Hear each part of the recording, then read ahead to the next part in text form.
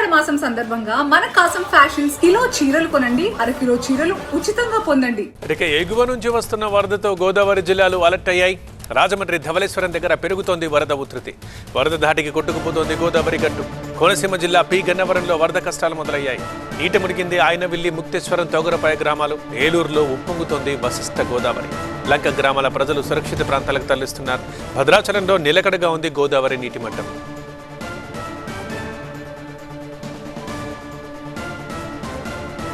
ఎగువన కురుస్తున్న వర్షాలకి గోదావరి ఉగ్రరూపం దాల్చింది. మరీ ముఖ్యంగా ఉమ్మడి తూర్పు గోదావరి జిల్లాలో గోదావరి వరద ప్రవాహం అంతకంతకు పెరుగుతోంది.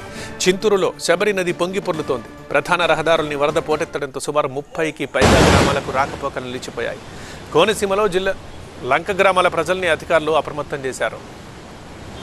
ఇటు రాజమండ్రిలోని ధవళేశ్వరం బ్యారేజ్ దగ్గర వరద పెరుగుతోంది. ప్రస్తుతం గోదావరి వరద 15 అడుగులకు చేరుకోగా 14,60,000 క్యూసెక్కుల నీటిని అధికారులు సముద్రంలోకి వదులుతున్నారు. అయితే గోదావరి ఉధృతంగా ప్రవహిస్తుండటంతో రాజమండ్రి రివర్ ఫ్రంట్ దగ్గర గట్టు తీవ్రంగా కోతకు గురవుతోంది.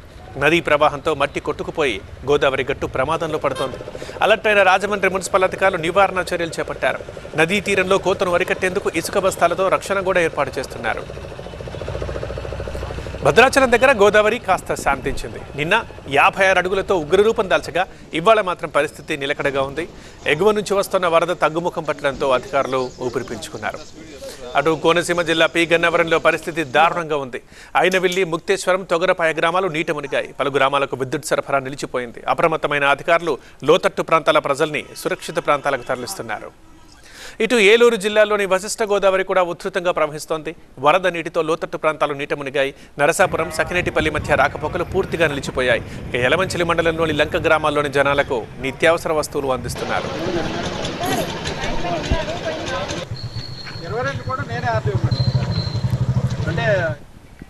మా కరెస్పాండెంట్ రవితో మాట్లాడతాం లైవ్లో. రవి, ఎలా ఉంది గోదావరి జిల్లాలో ముఖ్యంగా లంక గ్రామాల్లో పరిస్థితి? అంటే అధికారులు ఎలాంటి చర్యలు తీసుకుంటున్నారు?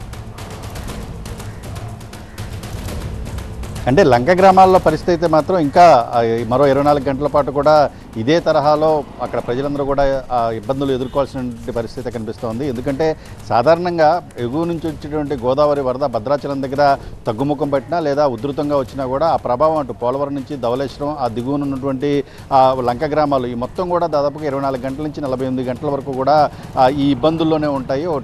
తగ్గుముఖం పూర్తిగా గోదావరి నీరు వెనక్కి వెళ్ళాలన్నా లేదు గోదావరి వరద పోటెత్తినా కూడా లంక గ్రామాల్లోకి పోటెత్తినా కూడా ఈ ప్రభావం ఆ మేరకు కనిపిస్తూ ఉంటుంది. ప్రస్తుతం అయితే భద్రాచలం దగ్గర గోదావరి నిలకడగా ప్రవహిస్తుంది. సుమారుగా 10 లక్షల క్యూసెక్కుల వరకు కూడా నీరు దిగువకు వస్తుంది. అదేవిధంగా మనం చూసుకుంటే ధవళేశ్వరం దగ్గర 14.90 అడుగుల మేరకు నీరు ధవళేశ్వరం బ్యారేజ్ దగ్గర కనిపిస్తే 15 లక్షల క్యూసెక్కుల నీరు కిందకు వెళ్తున్న పరిస్థితి.